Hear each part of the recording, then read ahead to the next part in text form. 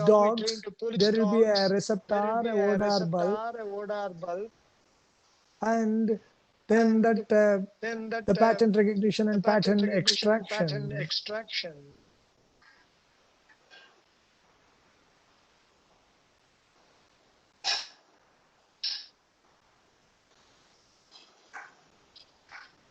Force, radiation, pH.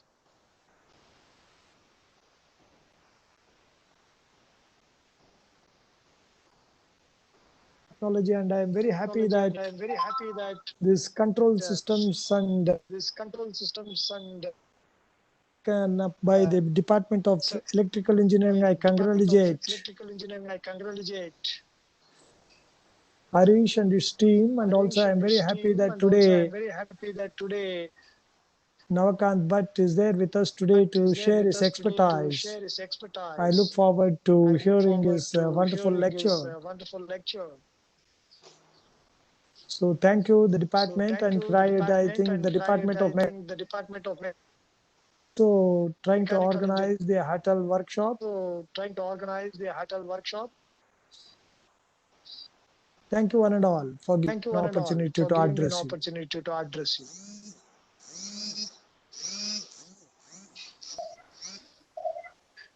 Thank you very much. Harish? Sir. Yeah, tell me. Okay. Remove that gentleman. Hello, I'm calling to you about Cisco personnel, sir.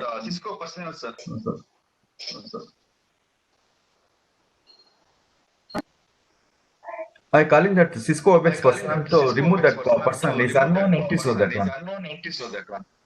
He's not a participant. Because all so many times I muted, but even though he's trying to enter that one. This is the problem with the platform. We are trying to use a platform which is not as good as other platforms. Okay, sir. Sorry, sir, for whatever happened. We'll try to correct that one. Correct that, because it is going to be a 5-day. You'll have continuous disturbance like this on this platform. No, sir. I called now itself, sir. It's going to correct that one. Please, sir. Then our Professor Navakant Bhatt is there. Okay, sir. Sorry, sir, for what happened. Yeah.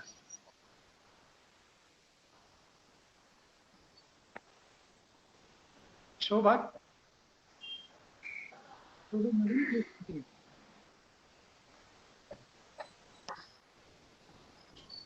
So you have muted me. Okay, I'm here, sir. Thank you, sir. Thank you, VC sir, for your inspirational talk. Now I request guest of honor, Professor Navakant Bhatt, Divisional Chair, Interdisciplinary Research, Institute of Science, Bangalore, to address the virtual gathering. To you, sir. Thank you very much, Professor Venugopal, Professor Harish, and the faculty colleagues, and also the students who are attending. I'm sorry, the echo is still persistent. Prasanna, make it a speaker as host. Yes, sir. Okay, I'll make that. Make speaker as host and mute everybody else.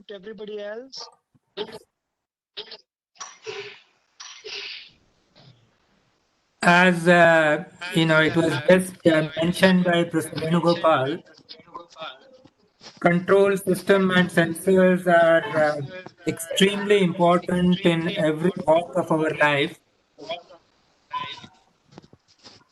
be it IoT or autonomous robots or micro air vehicles, drones, any applications. Their sensors are integral part, and the signals acquired by sensors have to be processed that is where control system becomes crucial.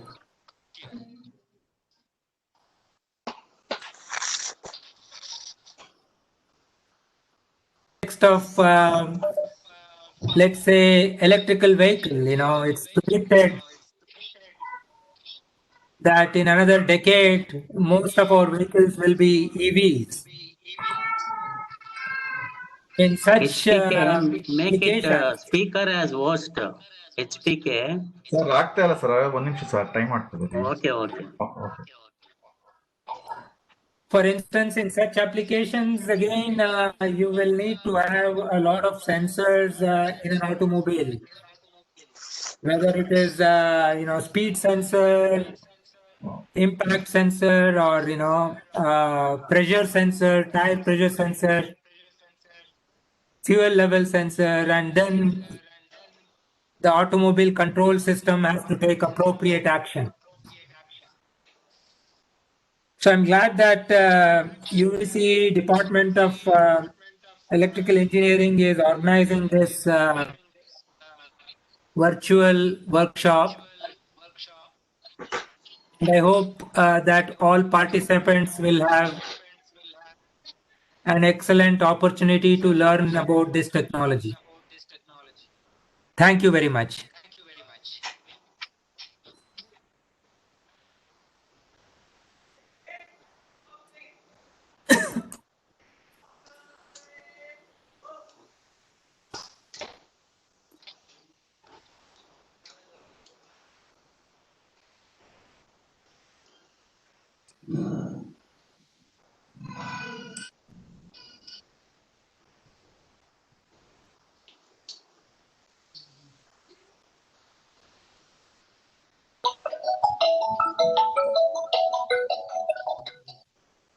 Now, I welcome our honorable principal to deliver talk. ಎಲ್ಲರಿಗೂ ನಮಸ್ಕಾರ. Good morning to everybody. Honorable Vice Chancellor of Bangalore University, Professor Venugopal sir. The guest of honor of today's FDP program, inaugural FDP program, Professor Namakant Bhatt, Divisional Chair in Institute of Science, Dean of Engineering, Head of the Department, Professor B.P. Harish, my dear colleagues, distinguished invitees, and the participants all over India. First of all, I congratulate the electrical department headed by Professor B.P. Harish, who is conducting the FDP program on the control system and sensor technology and the ATAL scheme.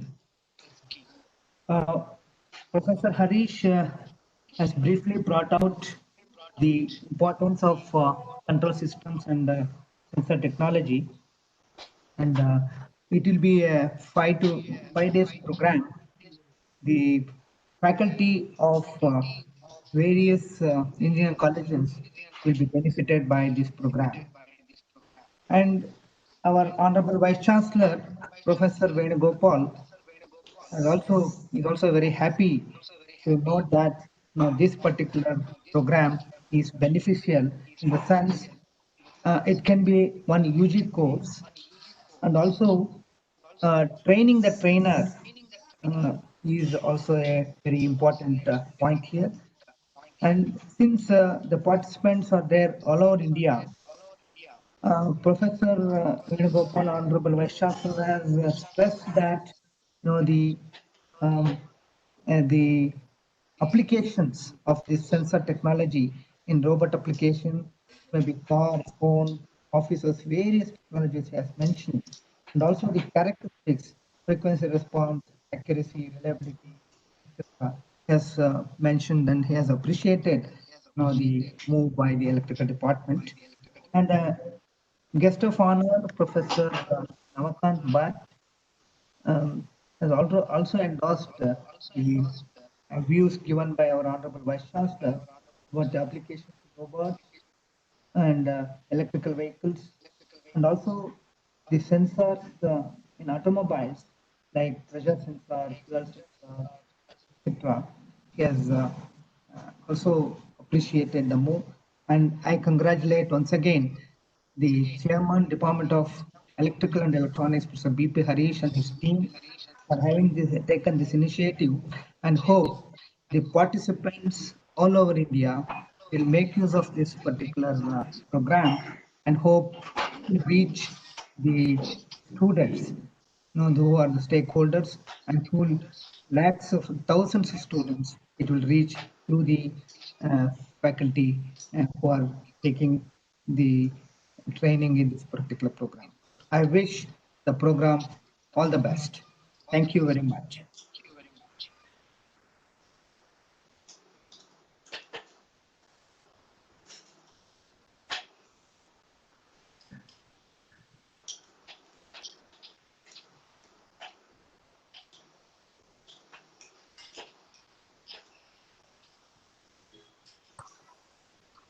APS. Okay, thank you, sir. Thank you.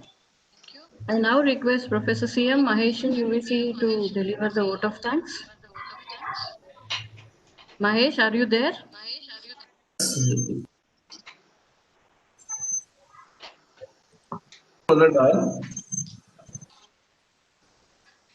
It's my privilege to propose the vote of thanks on this occasion of this inauguration of AICT Teaching and Learning Academies Partner 1 week online FTP on control systems and sensor technology.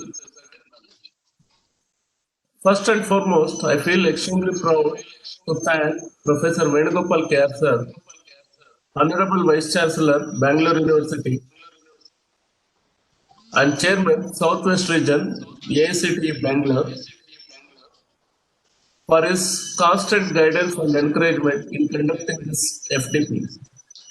Thank you, sir. Humble thanks to our today's guest of honor, Professor Navakanta Bhatt, sir, Divisional Chair, Interdisciplinary Research, Indian Institute of Science, Bengaluru, for gracing this occasion with his presence. Thank you, sir. Sincere thanks to our principal, Professor H.N. Ramesh, sir, for providing necessary infrastructure to conduct the FTP. Thank you, sir. I am pleased to thank Professor Deepa Shana Madam, Dean, Faculty of Engineering, Bangalore University, for valuable inputs. Thank you, Madam. It's my pleasure to thank Chairperson of the Department of Electrical Engineering, Professor P.R.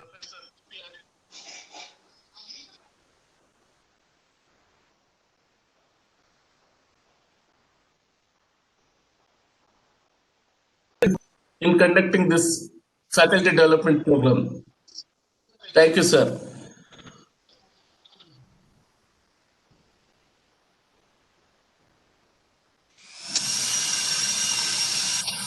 Heartfelt thanks to H. Prasanna Kumar,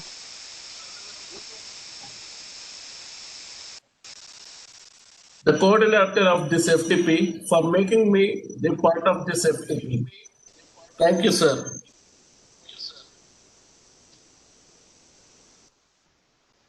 My gratitude to the chairpersons of all the departments of the UVCE, faculty of UVCE, and various other organizations, research scholars, and all the participants for their enthusiastic participation.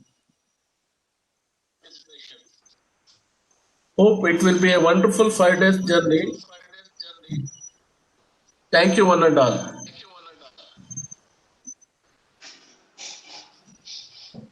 Thank you, Mahesh. So Thank we'll you, madam. start our session. Can we start with the session?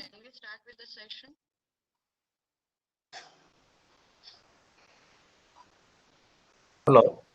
Hello. Heli, sir. 1 second. Hello. Sir, B.P. Harish, sir. Hello. Yes. Just give me 5 minutes, sir. I called that particular person. So I'm going to remove him from the panel. That one. that Cisco questions. After 5 minutes, we'll start the session, sir. No, I think let us not waste time on that. Okay, sir. So with this, we come to the conclusion of the inaugural function of 5-day Atal Faculty Development Program. And Mr. HPK, let us start with the first technical session. Okay, sir. Okay. Without any loss of time. Okay, sir. Okay.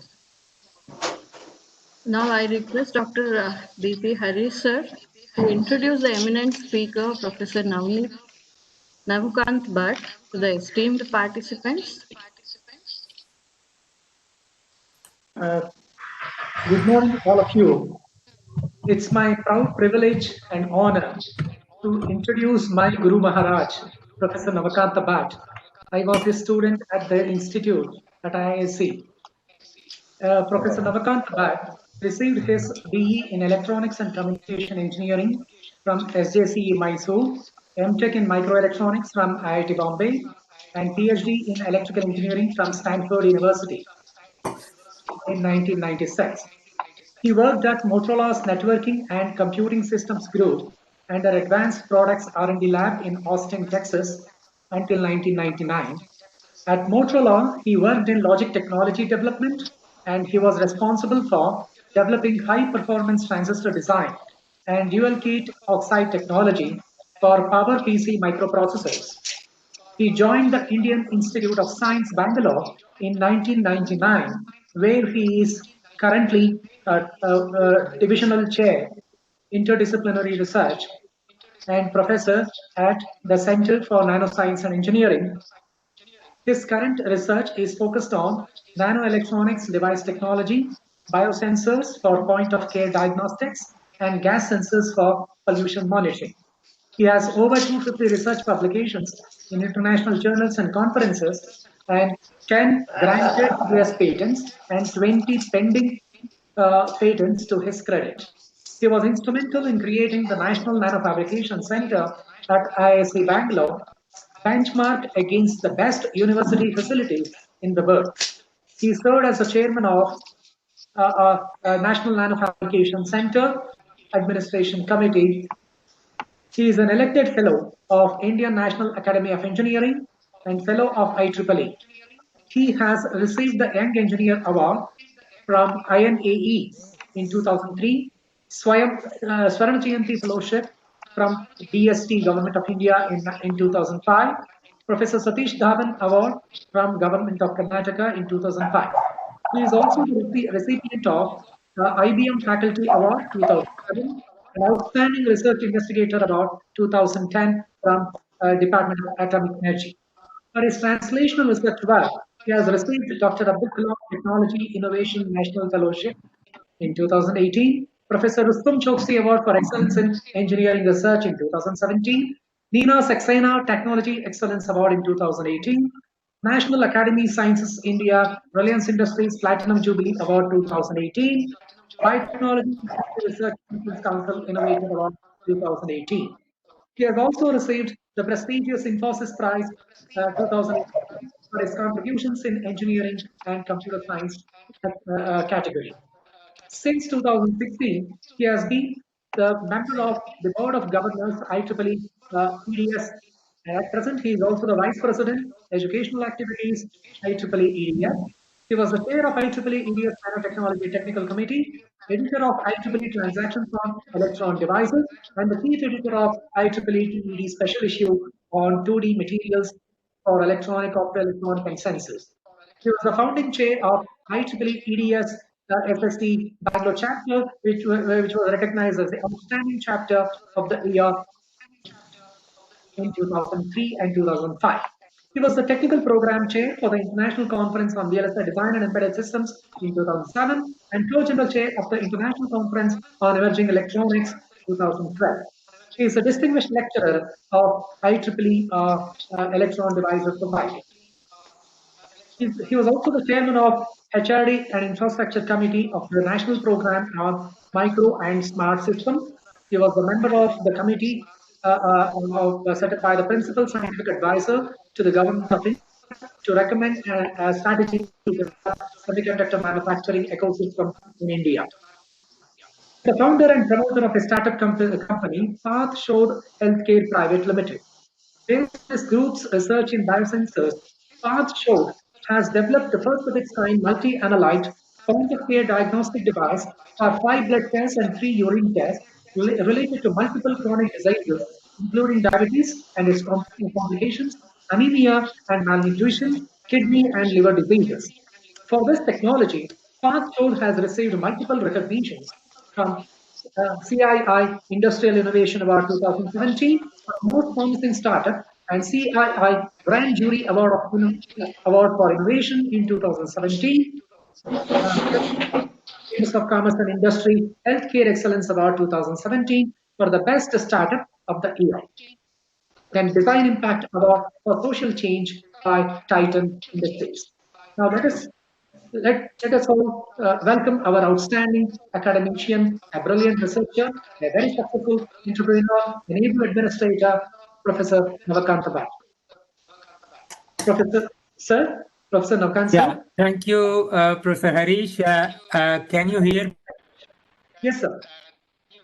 Okay. Can you see the slides?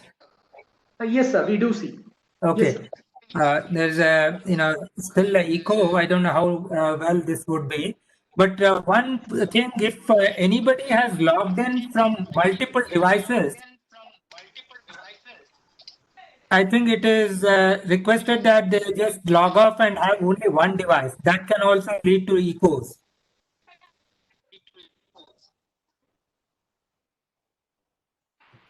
Okay. So let's begin.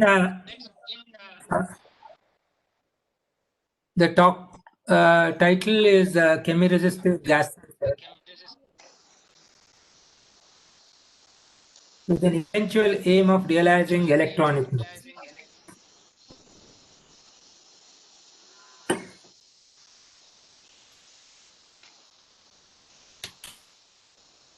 Okay, at the outset, I want to acknowledge several students and postdoctoral fellows in my group who worked on these different topics.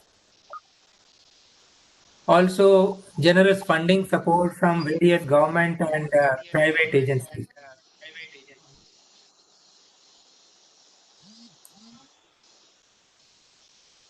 So gas sensors have a variety of applications. Hazardous gas leak detection, for example, becoming extremely important in wearable systems going forward. Then, pollution monitoring. Air pollution is a very serious problem today.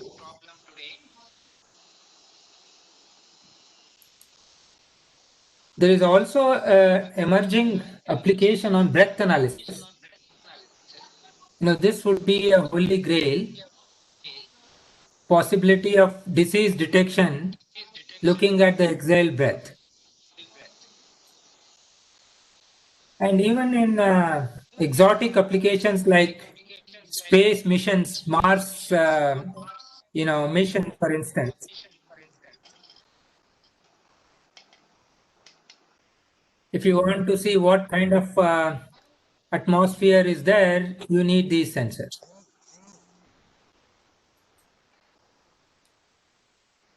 There are several gas sensing technologies. Historically, optical technique is something that you probably are aware, which is like gas chromatography. Like every gas has its own signature of absorption.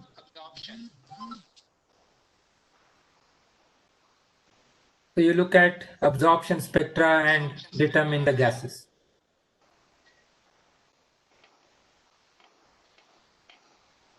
The other options could be electrochemical. But both these options, optical and electrochemical, have a lot of disadvantages. They have very high cost, high power, size would be very large, not ideal for miniaturization. That is where semi-resistive or semiconductor gas sensors are ideal because they will be small, they will be very rugged like IC chips, ultra low power and low cost.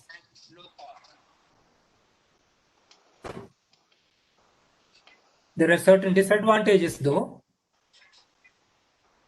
we need to overcome,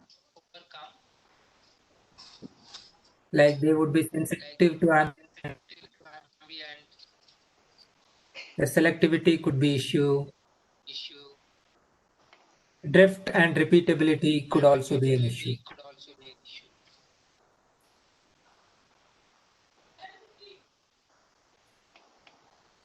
So this is a roadmap for the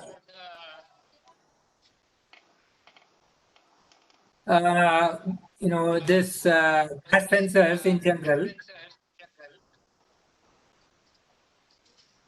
Just like semiconductor chips, miniaturization of the die size of gas sensors will happen over the years, so that will be more accurate, very low power consuming, and large array of sensors would be possible. So they are also penetrating the market quite fast, especially if you see the so-called AQM. It stands for air quality monitoring. A very fast growing segment in Europe, for example. There are a lot of companies working in this direction. Some which are doing the basic sensor, such as Figaro, Honeywell, whereas some working on sensor systems like Bosch, Delphi.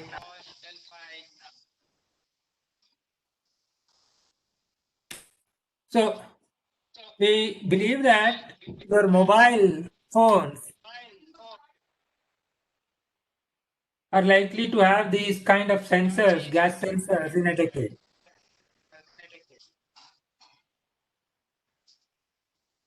So what we will do in this remaining time is look at electro-based gas sensor which are chemi-resistive. They're based mostly on metal oxides. We'll talk about that technology and how the sensors are made. And we'll also add some new emerging technologies in sensors, such as using some interesting materials, nanomaterials, core shell materials, or 2D materials. At the end, I'll talk about this idea of heterogeneous integration to realize an electronic node.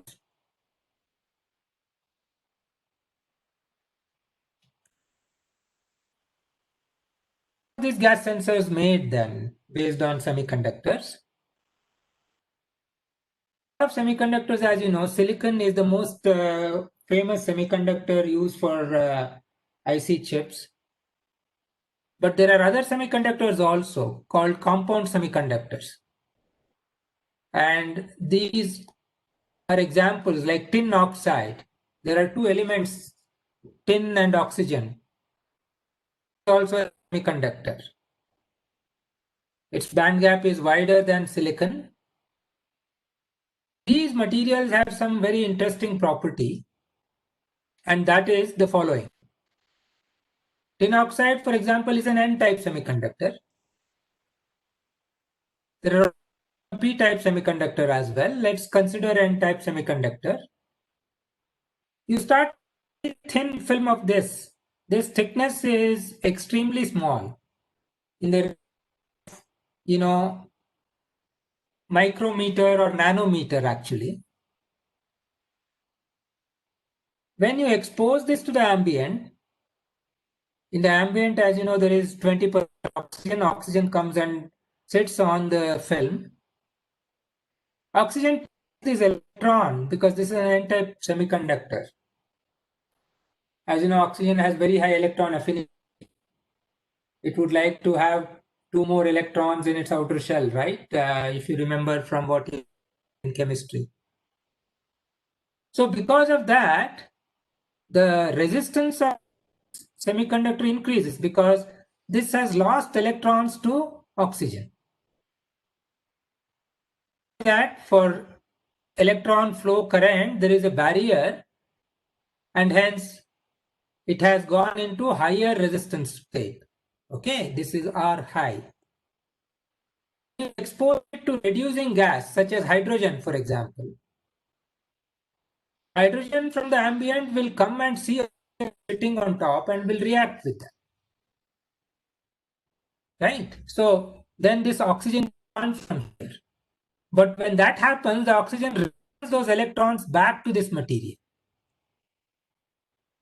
As a result, the conduction barrier goes down and it goes into a low resistance state. How much is a decrease in resistance depends on how much is the concentration of the gas. Higher the concentration, more is the change in resistance. That is why these are called chemi-resistive sensors, because firstly there is a chemical reaction between gases such as oxygen and hydrogen, or it could be oxygen and methane, and that causes change in resistance. And it is this change in resistance that we calibrate to do the gas sensing. So in terms of the response of such a sensor, there can be 4 situations. You can N-type semiconductor, there can be oxidizing gas, resistance increases. Reducing gas, resistance decreases.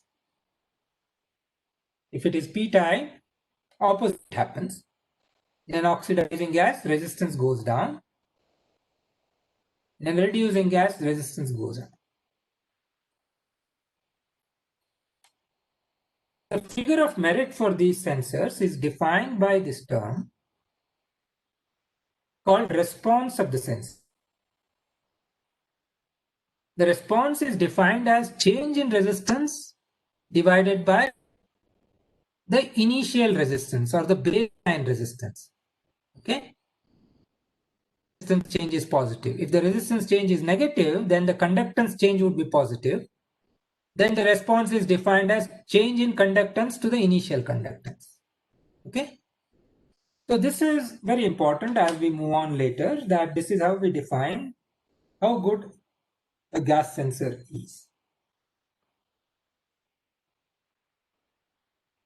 Okay. Now, how do you design these sensors, right? As an engineer, you would like to start designing and building these sensors. Right? As I already told you, one very important thing you need is metal oxide semiconductor.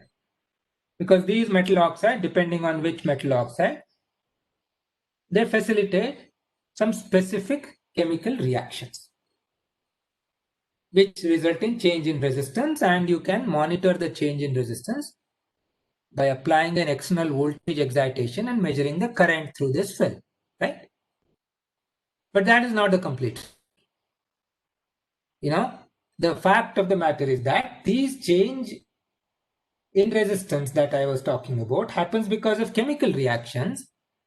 Most often these chemical reactions do not happen at room temperature, because these chemical reactions some activation energy for the reactants to react. Okay, and that is why we would also need what is called a microheater. Okay, microheater, unlike the heater that you use to heat a kettle of water, that's a macro heater. Here we are talking of micro heater because we want the power consumption to be in milliwatts. Okay, to go to temperatures like 100, 300, 400 degrees centigrade. And all this will be on an insulating substrate, right? So that the substrate itself does not affect you. Okay. So now the micro heater, it has to be designed properly because the temperature, you see, is very important for chemical reaction. I told you. It's like a micro hot plate you're creating. Top view, right? This is the side view that I was showing. From top, if you see, what you see is that this micro heater will be designed like this. This is what I am saying. This is a micro heater because the whole dimension is in micrometers. This could be, let's say, 100 micrometer length and 100 micrometer width. Okay. So how do we create this? This is just like you would have created a heater, water heater. Remember using a metal, you would create a water heater, right? And similarly, a metal, which is typically platinum, because platinum is very valuable in terms of its property. We create this as a meander structure, as is shown here, and pass current through this. So the current results in what is called Joule heating, or there is I flowing in a resistor, there is I square R power dissipation, correct? Which you have studied in your basic electrical engineering course. Because of this, the temperature in this area starts going up, and you go to some higher temperature. You have to design it properly so that you get a very uniform temperature. What is shown here is a temperature profile along X and Y direction in a 2D space. You need to measure the resistance change on a metal, right? Although I have shown here metal oxide first and electrodes on to connect to metal oxide, in reality, we first put electrodes. This is important because we don't want the electrodes to shadow the metal oxide, because this metal oxide is the most important thing, which is facilitating the chemical reaction. So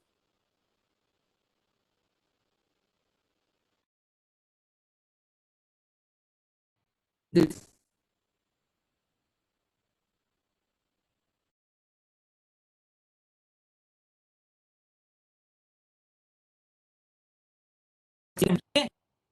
and you see that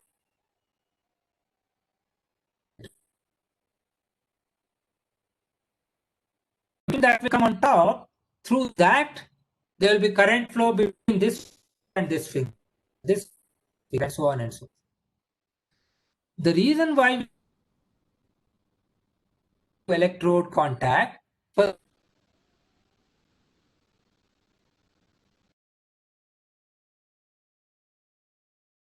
okay, so that film, which is actually put on top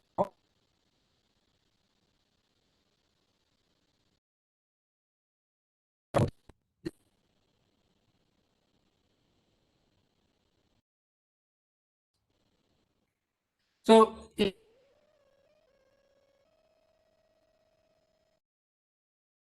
what I'm measuring, right? This is a detail of a design that I'm presenting to you. And all this, as I said, will be, sensing material is porosity, dopants, if you dope it, or defects, okay? And all this will be on an insulator. Those properties are also extremely important. That should be electrically insulating, thermally insulating, but mechanically strong. Okay, that is the key. So with that device structure I showed, how do you make it? Okay, there are two ways of making it. This is what is micro machine technology, right? you need to keep in mind. It can either micro machining. So what is micro machining technology?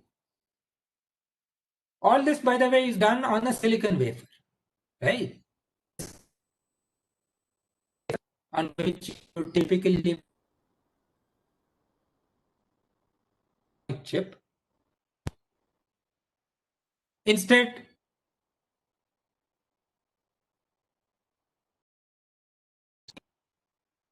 what you see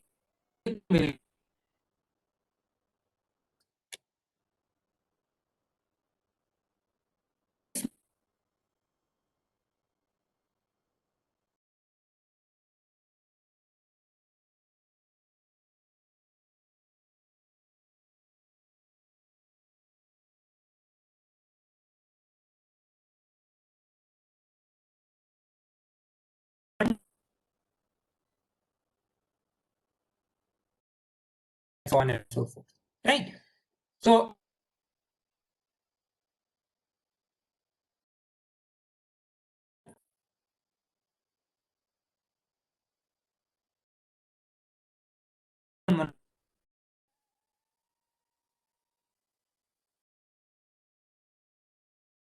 not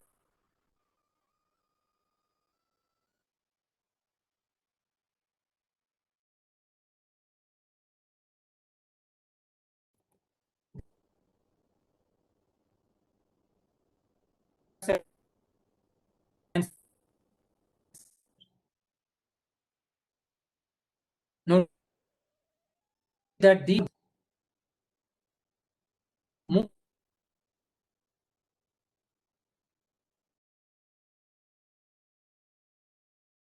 first you need to find the micro heater. If you just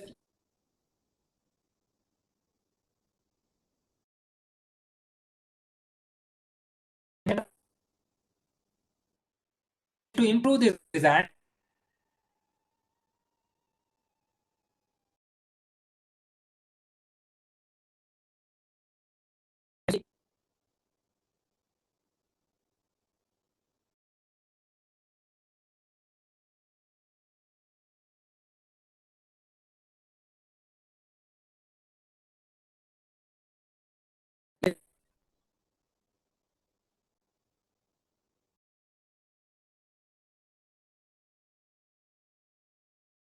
low.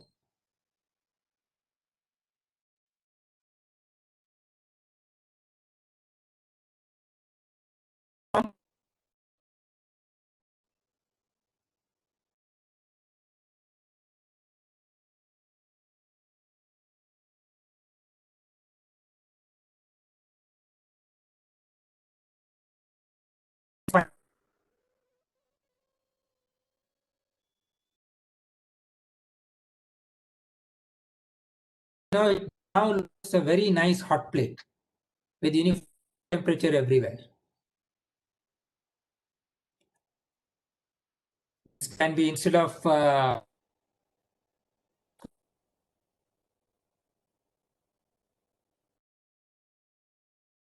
this is how you do design of micro. The design tool which are called tool. They can simultaneously simulate for you electrical, thermal, and mechanical behavior, right? An example is COMSOL multiphysics, for example, right? And there are several tools also. ANSYS is another tool which can do this. Okay. This is a simple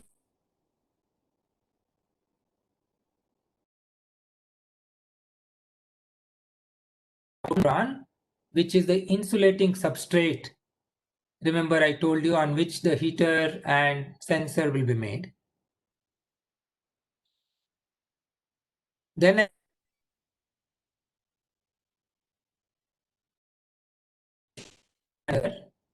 you need a silicon microfabrication.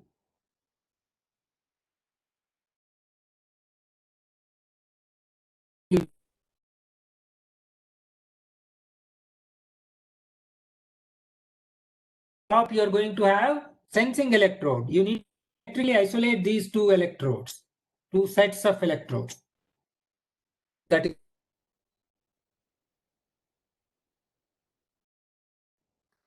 which provides electrical isolation between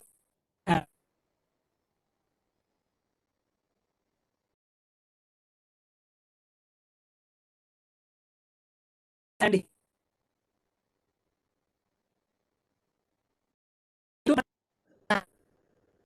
that,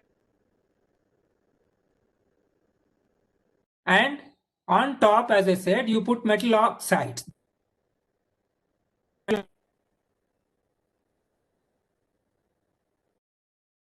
And when you do that, the reason why it is called bulk micromachining is because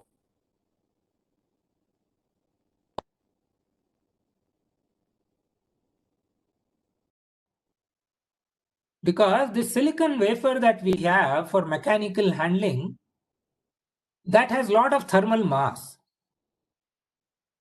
If we keep the whole silicon wafer, then to heat this heater, I need to spend a lot of power. By getting rid of this silicon wafer, okay, the thermal mass of this structure is so low that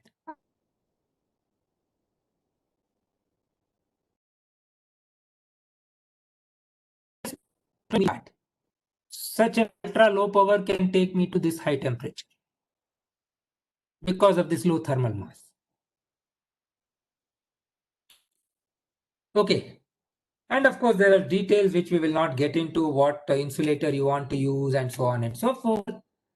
But the point is that each of these heater can be heated to different temperatures. This is a thermal profile that is shown. Okay. And because now this is all suspended, this is a membrane. When you heat it, it will also bend. That is why the mechanical strength is also very important.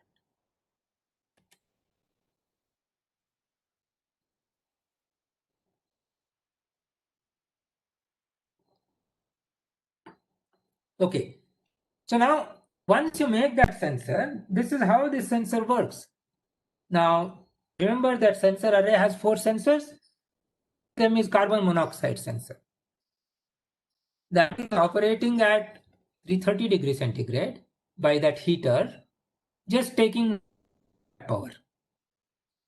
What is shown here is that in air, this is the initial resistance that I was talking about. When you start exposing it to carbon monoxide, here the resistance changing. As I increase the concentration of carbon monoxide, the change in resistance is more, right? It's behaving very nicely. It's reversible. You take out the gas, it goes back to baseline resistance. Introduce the gas, comes up again here, right? And this is what is shown here. The response is change in resistance as a function of gas concentration on x-axis. Gas concentration is in parts per millions, which is extremely low. Sensor gives very good response as is shown here, right? And similarly for other sensors, carbon dioxide sensor, NO2 sensor, and SO2 sensor, right? Of course, some of the disadvantages I told you on semiconductor gas sensor, they always have some cross sensitivity. What I mean by cross sensitivity is that the carbon monoxide sensor, while it gives a very large response to carbon monoxide, also shows non-zero response for other gases.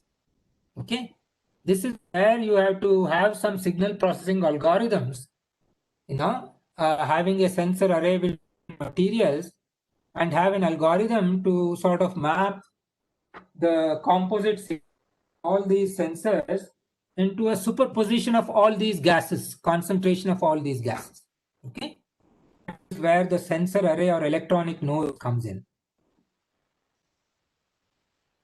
Other way of doing this is also called surface micromachining. Okay, here instead of etching the back side of the wafer, what we do, firstly, surface micromachining enables you to miniature it even further. Instead of calling it a micron sensor, we call it a nano sensor. Okay. Also here, the beauty is that, you don't have to get rid of the silicon wafer. Bulk micromachining, we were doing that. We actually suspend this whole thing. Again, we separate this sensor from this rest of the wafer so that the thermal mass of this is very small. You wonder how is it sitting? This would fall down, right? But in the plane perpendicular to the screen, which you're not able to see, this is actually anchored. Okay, this is anchored on these two ends. And that is why it is suspended and is sitting in air. Okay. And because of this, this sensor can be, well, okay, as is shown here, this is the miniature sensor that I was talking about, 4 different sensors in a chip, right? All using different metal oxides, different metal heaters. Here we call them nano heaters, right? You can't use an optical microscope, you have to use an electron microscope to see these nano heaters, right? This is an electron microscope image of this sensor. This also responds very well for various gases, carbon monoxide, carbon dioxide, NO2, SO2. Okay, just as I was showing you earlier. But the advantage is the following. I showed you micron sensors and nano sensors. The nano sensors, outperform the micro sensors. Whether it's power dissipation, to attain any temperature, 500 degree, I need less than 5 milliwatt now. High sensitivity, all red, by the way, is nano sensor. Okay. And very low response time. It responds to the gas instantaneously. That is why miniaturization to nanoscale is preferred for small footprint. Obviously, that is true.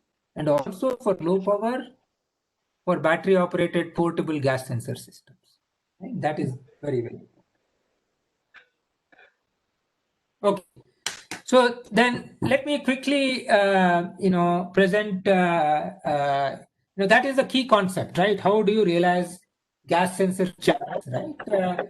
Now, this can be done with different materials, not just metal oxides, what are called core shell nanomaterials or 2D materials also. Okay. I will quickly go through it, not really spend a lot of time in the interest of time. The idea of core shell nanostructure is that these are called heterostructures. Okay. Heterostructure is essentially 2 different materials, more than one material. In this particular case, there is a metal and there is a metal oxide. M stands for metal and X is metal oxide. So this could be created by, this is in 1D, it could be a particle, right? This is 2D, again metal oxide surrounding it. This is 3D, right? Metal nanowire and surrounding that is metal oxide. Now the interesting thing about these is that these kinds of structures have been used by chemists for a long time. Okay, for a lot of catalytic reactions in chemistry. These heterostructures, by virtue of this interface, result in what is called chemical sensitization. Okay, and that reduces activation energy. What I mean by that, remember I told you, these gas sensors rely on reactions. That requires activation energy, and that's why we are heating. If you have these structures, maybe you don't need as much. Even at lower temperature, you can start sensing very efficiently, and hence the power dissipation can even be much, much smaller. There's also another thing that happens called electronic sensitization, because when metal and metal oxide, it's metal and semiconductor junction. If you have read diodes, the metal and semiconductor junction is called Schottky diode, right? So because of that, there will be some built-in here, and that results in something called electronic sensitization also due to charge transfer. Okay.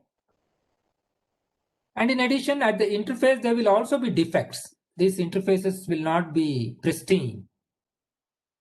And these defect sites also are very useful to catalyze the chemical reaction. Okay? So a combination of all this really enhances your sensor performance. As an example, this is a sensor that we had created, which we called chemical FET. Okay, it's like a field effect transistor which has source and drain, except the electrical gate, it's a chemical gate, meaning the gas in the external ambient will change the current through this FET. Right? And channel here, it's essentially this core shell structure. There is a thin metal. When I say thin metal, it's of the 5 nanometer, very, very small. I'll show you the picture in the next slide. And surrounding that, I have this semiconductor. That is also of the order of 5 to 10 nanometer, very, very thin. Okay. And there is a very detailed process that you can use, and there is again a series of processes. I will not really go through it, but using this, you can create a structure which is this. You see, whatever I showed you, this is the actual image of the sensor. Okay, here, in the side view, right here, what you have here, the thickness of this whole thing is only 20 nanometer or 30 nanometer or 40 nanometer maximum, right, in the side view. This is, of course, a tilted view. That's why I'm also able to see the other face on this side. Okay. Now, this is the area where there is a sensor which has a core shell structure. And depending on the design, you could have the whole thing as metal, then there is only core, there is no shell. Okay. Right. And or you combination of core and shell, right? You can have a lot of variations there. Okay. And this is just some characterization called X-ray photoelectron spectroscopy, which does a chemical characterization, which shows that in this film, which we call sensor or ChemFET, you have both platinum oxide and platinum. Platinum oxide is a metal oxide which is there along with the platinum core. Evident even here in the microscope image that you have both platinum and platinum oxide. Okay. Why? This is the sensor response. There are a lot of plots here, but I just want you to focus on this plot here. This sensor, the y-axis is a power dissipation of this sensor. Notice that the power now is in microwatt, right? As compared to earlier, what I was showing was in milliwatt. That was 5 milliwatt, 10 milliwatt. Here it is, in this region, it is only 5 to 10 microwatt. That is possible because of this very interesting core shell nanomaterial, right? And this is one direction going forward, how we can make these sensors more efficient. Okay. And of course, these sensors perform extremely well. This is just showing that, the sensors that we made outperform the other sensors, in the literature. Okay. And there are various other ways of doing this core shell structures. This is again a core shell structure shown here, where it's a combination of platinum and platinum oxide, right? And again, working as an excellent hydrogen sensor, right? Okay. And you can also build sensor array. All these, each one of this is a nanowire sensor. Okay, and there are so many of these sensors working simultaneously, right? And the sensor array is able to, enhance the performance even further. And various other interesting things can also be made. This sense of gases is a surface phenomenon, right? Right. What I mean by surface phenomenon, gas has to come and sit on this surface, correct? So you can imagine that if you have more surface, the sensitivity will increase. Right? How to create more surface area? You can create a 3D structure, right?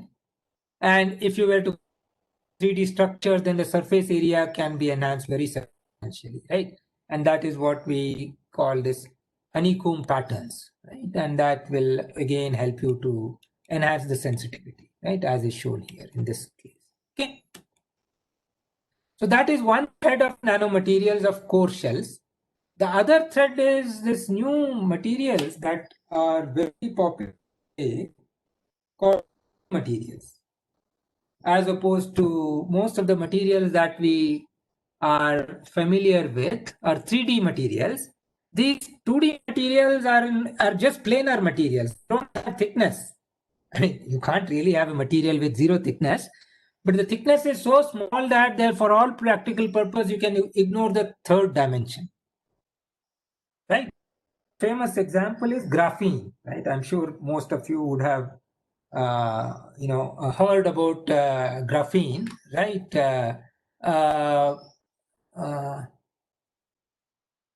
The similar to graphene, there are various other 2D materials, and these 2D materials have a lot of advantages, right? To build sensors, very high surface to volume ratio,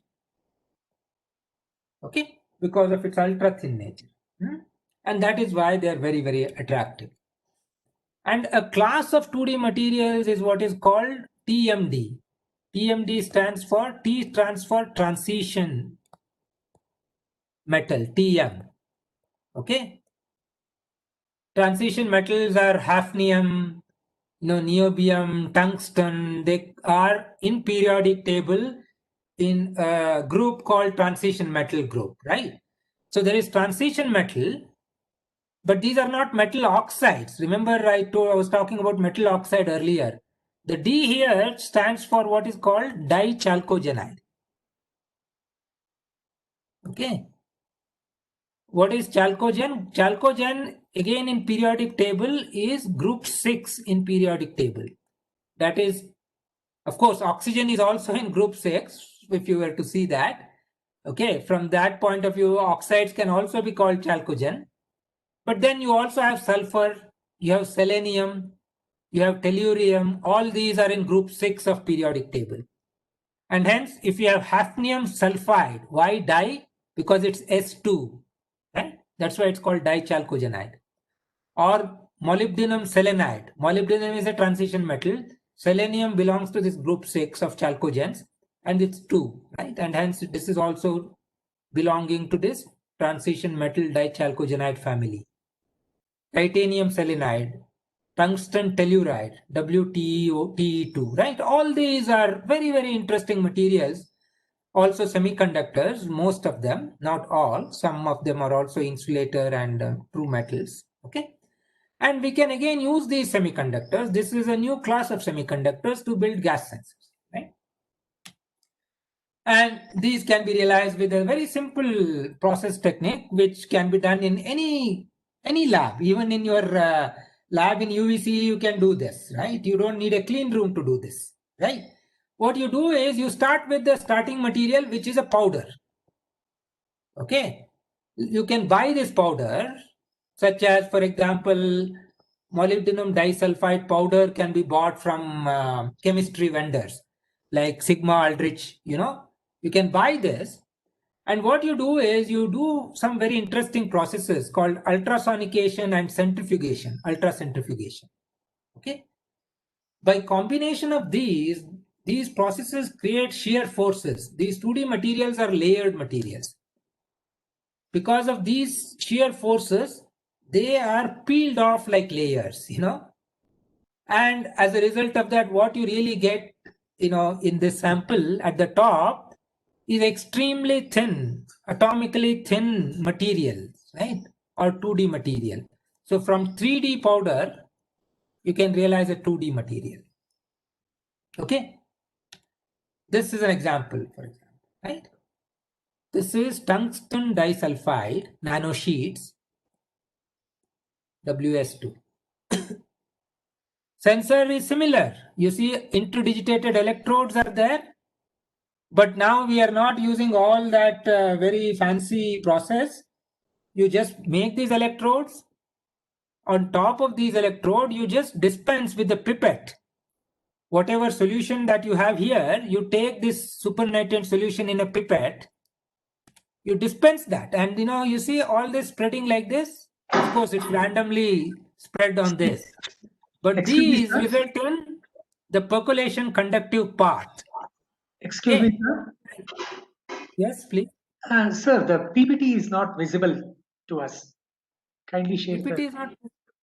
Oh, okay. No, just for last couple of minutes only. Last couple of minutes. 1 minute.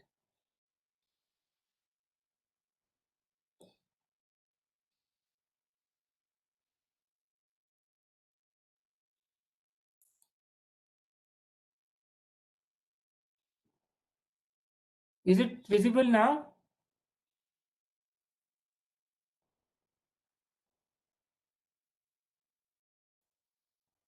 Is it visible? Yes, sir. Yes, sir. Yes, sir. Okay. Were you able to see this earlier slide when I was discussing this? Okay. No, sir. Slide is not showing. Now it is showing? Yes, sir. No, sir. Oh, I see. Yes, somebody saying no. It is visible to me, sir. At least. Visible, Okay. sir. It's visible, right? So I was just explaining about this concept of the tungsten, TMDs, which we talked about. Okay. And I explained this, and I said that this can be done in any lab. You don't need any expensive infrastructure. From 3D powder, you can realize a 2D film. And this film is on interdigital electrode. That is how you realize the sensor. Okay. And this sensor, for example, is ammonia sensor using tungsten disulfide as a 2D material. Okay. I use another new different material called molybdenum selenide to make a hydrogen sulfide sensor. That's also a very important gas to sense. This is a hydrogen sulfide sensor. Okay. Yeah. This class of new materials, TNDs, offer us a great opportunity because you can do a very low cost sensor even using simple techniques like technique. Okay. So recently we had published a very detailed review article on this. So if you are interested, you can take a look at that for further details.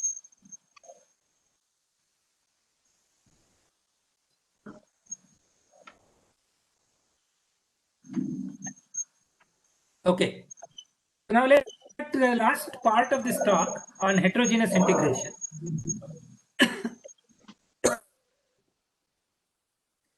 So what do we mean by electronic noise? Right? First, we need to appreciate the capability of human nose. Of course, we all know that we smell using our nose, but how does it work really? When you have inside the nose, here there is something called olfactory bulb. There are large number of sensors, and they are called receptors. Okay, these receptors are nothing but sensors, and this whole thing is in a very small 3D area of about 10 centimeters square inside. Okay, And in this 10 centimeter square, you will be surprised to know there are 6 million sensors. Huge number of sensors. And it is this kind of phenomenal number integration like VLSI. 6 million sensors, unlike transistors, now these are sensors. Along with that, there is also a signal processing circuit, right, which is our brain, because all these signals go to the brain.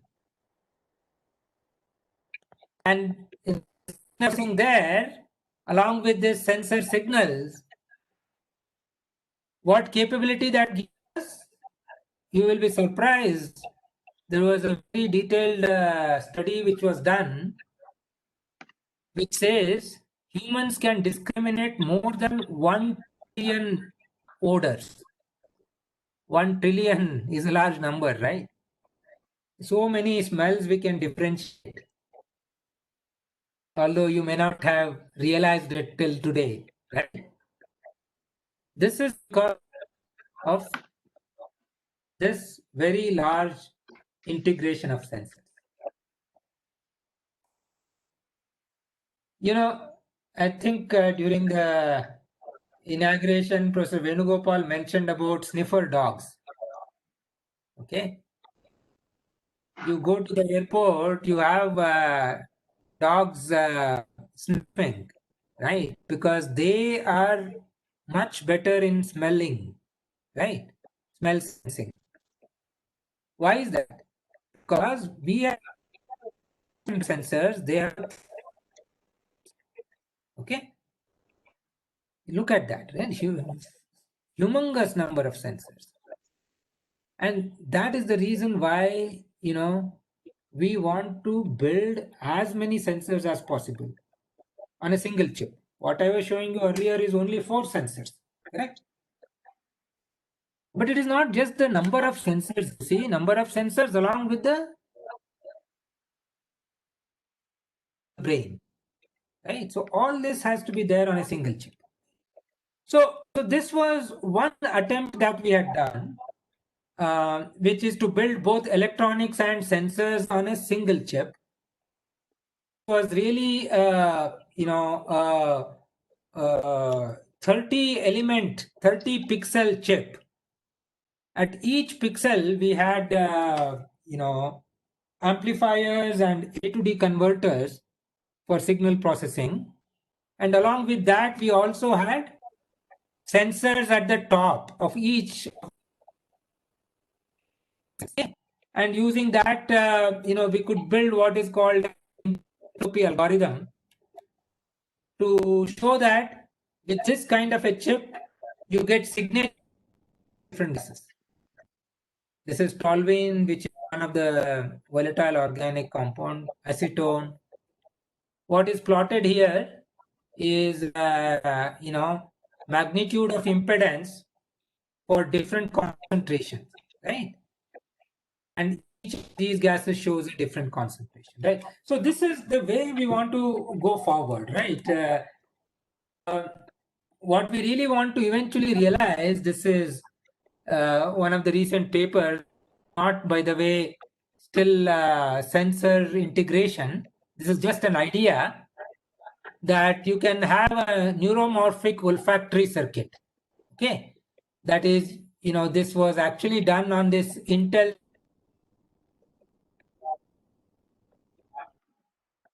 architecture. There are a lot of these neuromorphic cores. Remember, I was telling you that at the back end, you need to do the signal processing, and that can be done with this. On top of it, you need to build a large array. Okay, this was just a thought, right? This was not really a sensor integration, but a thought that you can perhaps also build a neuromorphic engines and then put sensors on top of it. But today we still have the technology to put millions of sensors on a single chip. That is where, if you want to build what is called nose on a chip, you need heterogeneous integration. What I mean by that is you should start with the silicon chip, which provides you This could either be based on neuromorphic architecture, as I showed in the previous slide, or it could even be conventional digital architecture. Then on top of that, you need storage fabric, because all of this is based on pattern recognition. Okay, that is how we learn in brain, right? Through our brain, you teach and you learn. There's patterns stored and you try to match the patterns. So you need a storage engine also. Then of course you need a lot of analog amplification, signal processing, right? Front end, what we call. And of course these sensors have to be made. For these sensors you need nano heaters. I showed you how to, but millions of them, right? That is what we need. And on top we need to put sensing materials. If you have million sensors, maybe each sensor has a different material. Just look at the complexity. Okay, so this should be done by a combination of silicon fabrication technology, which we are anyway using. In addition, perhaps using additive manufacturing technology. Okay, by the way, all this compute engine, in addition to sensing, can also have all your control algorithms, because that goes without saying, especially in the context of this theme of the workshop. Right? But in terms of technology, you could perhaps use printing and other additive manufacturing technologies in addition to lithographic processes, right? Only with this kind of vision technology, maybe in the next decade or so, we can dream of realizing a nose on a chip. Okay. Then let's conclude with this summary. So chemistry evolving very fast. This is a fertile area for research and technology development. Okay. Different technologies are available for making gas sensors, such as bulk micromachining, surface micromachining. New materials are important. Eventually, heterogeneous integration, right? By combining different technologies is the way forward. Only then we can realize what we call nose on a chip. Thank you.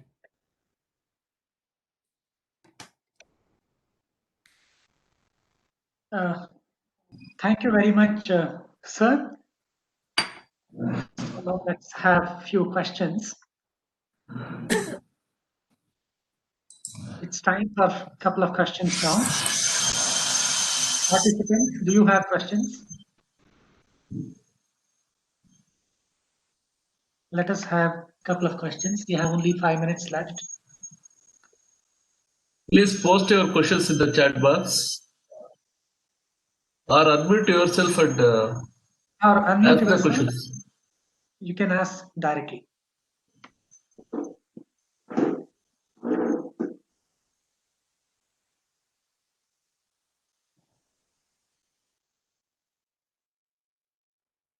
Okay. Good morning, sir. Yes.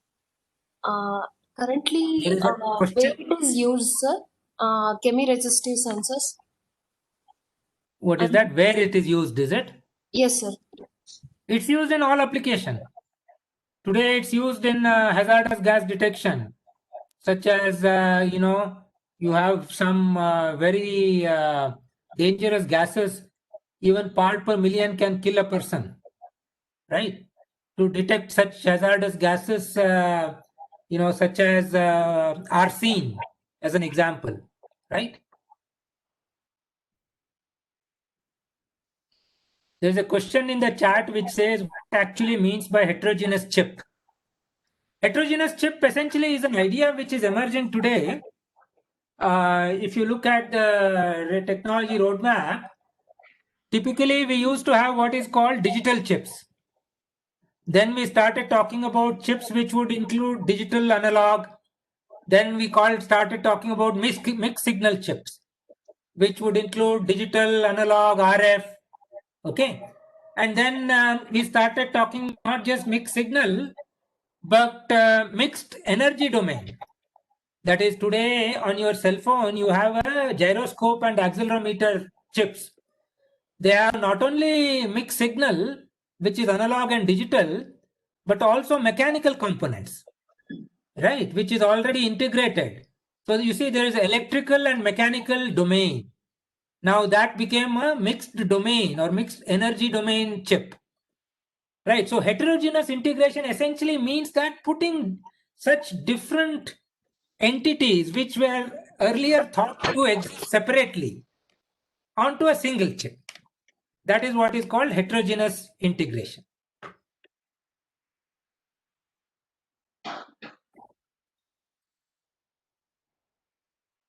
Any more questions? Yes. So next question is, can I read out the question, sir? Yeah. Yes, please. Okay. What is life of these sensors? Is the next question. Yeah. So that's a good question. I mean, this is true for all kinds of gas sensors. What happens is that when these chemical redox reactions take place, I said they're reversible, right? But sometimes there could be what is called poisoning of the sensor. Okay. And if that happens, then you will have to revive the sensors and recalibrate the sensors. The typical shelf life can be, 6 months to 1 year without calibration. If you recalibrate it, it can go up to 2-3 years easily. Okay. Next one is it compatible with available sensors in the market? Yeah. In fact, these sensors are also available in the market. Chemiresistive sensors are now available. You can go and buy them in the market. And in fact, they are the low cost sensors. Very competitive. Okay, sir. That's it, sir. I'm not finding any other questions here. Okay. I think there are no more questions, sir. If there are no more questions, let me take this opportunity to thank Professor Navakanta Bhatt for his fascinating exposition of gas sensors and how they are metamorphosing into an electronic nose. And he has discussed the material properties, sensing properties, sensor architecture, the design issues, fabrication flow of sensors, and characterization of sensors, their cross sensitivity issues, and challenges of hetero-integration moving forward towards the realization of rules. The advantages of miniaturization like low power dissipation, the fast response, high sensitivity, and a small footprint are also discussed. So with that, thank you very much, sir. We are extremely happy and fortunate to have had your presentation today in this FDP program, and we appreciate your time and effort in making this a grand success. Thank you very much, sir. I thank all the participants for their So, Professor Harish, although we had a hiccup initially, I think towards the end it was reasonably okay. Yeah. Sorry, sir. So Extremely sorry. I apologize everyone for the technical we faced in the at the beginning of the program, and let us hope that we have already sorted out all of them. So no more such issues in future. Thank you, Professor. Okay. Thank you, Professor. Bye then. Thank you, sir. Thank you, sir. Thanks. Sir, for the participants, I request to stay for 2 minutes. Because of some technical issue, we are very sorry. You are unable to resolve in that time. Now we resolve that problem. Now I request all participants to join 12 o'clock. After 12 to we going to log the meeting because some unknown persons are coming and disturbing the meeting. So we going to log the meeting 12 to. Please enter into the meeting 12 o'clock. Thank you. Then over to Shobha. Okay, sir. Thank you.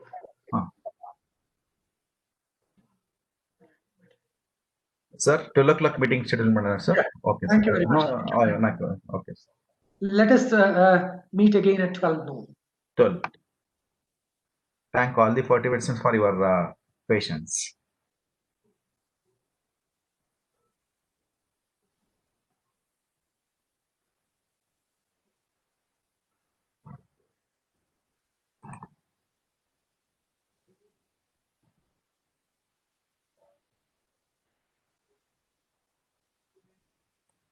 Maheshan. Maheshan. Maheshan. Maheshan. Maheshan. ಏನ್ ಹೇಳಿ sir? ಮಹೇಶನ್ ಏನ್ ಮಾಡೋಣ ಕೇಳಿ meeting. ಯಾವ್ದಕ್ಕೆ? Meeting ಇರ್ಲಿ ಬಿಡಿ, ಹಾಗೆ continue ಆಗಿರ್ಲಿ, ನೋ ಪ್ರಾಬ್ಲಮ್. ಸ್ಟಾರ್ಟ್ ಅಪ್ ಅಲ್ಲ ಬೇಡ, ಎಂಡ್ ಮಾಡಿ. ಮತ್ತೆ again you to start with 12 o'clock the same ID. Okay, announce ಮಾಡ್ಬಿಡಿ ಅದನ್ನ ಒಂದ್ಸಲ madam. Okay. So at 12 o'clock we are going to meet again. The presentation will be on practical PID controller by Dr. J. Prakash. The speaker will be introduced by Dr. H. Prasanna Kumar. 11:55 jana. Okay. It is better if you join at 11:55, 5 minutes earlier as attendee. And while you are entering, please try to mute your audio and also video for better audio perfection. Thank you very much. So we are going to end the meeting now, and let's meet at 12 o'clock in the afternoon.